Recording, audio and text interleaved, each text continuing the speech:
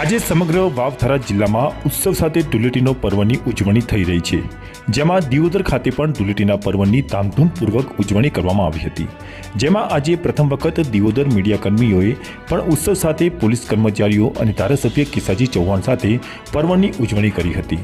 Deodar police station ખાતે પણ કર્મચારીઓએ અબીલ ગુલાલની સોળો વચ્ચે એકબીજાને રંગ લગાવી આ પર્વ ઉજવ્યો હતો, જ્યાં મીડિયાકર્મીઓ પણ આ ઉત્સવમાં જોડાયા હતા। જ્યાં બીજી તરફ દિયોદર ધારાસભ્ય કાર્યાલય ખાતે પણ ધારાસભ્ય કેસાજી ચૌહાણે મીડિયા મિત્રોને તિલક હોળી રમી આ ઉત્સવ ઉજવ્યો હતો।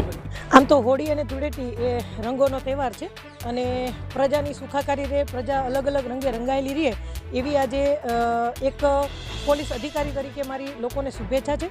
સાથે જ દેશની ભાતીગળ સંસ્કૃતિ છે એ મુજબ ભાતીગળ પરંપરાગત લોકોએ પણ આવી અને એમના જે પરંપરાગત ગાણાઓ છે, પરંપરાગત જે નૃત્ય છે, વાદ્ય છે એ બધું કરી અને અમારી સાથે એમને પણ રંગે ચંગે આ પ્રસંગ ઉજવ્યો છે।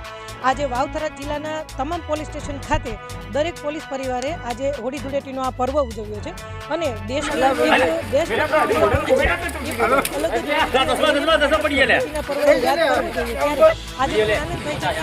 કેસરી, સફેદ અને લીલા અને એ સિવાય લાલ, લીલા, પીળા અનેક રંગોથી અમારો પોલીસ પરિવાર આજે રંગાયેલો છે અને સૌએ ખૂબ ઉત્સાહપૂર્વક અને આનંદથી આજે આ હોળી અને ધૂળેટીનો પર્વ ઉજવ્યો છે અને આજે હું દિયોદરની જનતા તથા જાહેર જનતાને પણ હોળી અને ધૂળેટીની ખૂબ ખૂબ હાર્દિક શુભકામનાઓ પાઠવું છું।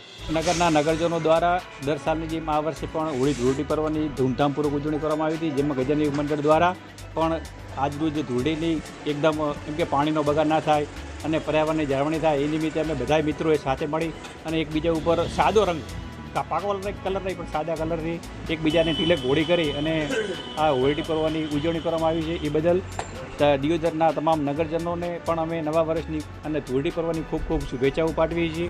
રંગોનો પર્વ ધૂળેટીનો પવિત્ર દિવસ છે। આ પ્રસંગે આ વિસ્તારની જનતાને મારા તરફથી ખૂબ શુભેચ્છાઓ પાઠવું છું।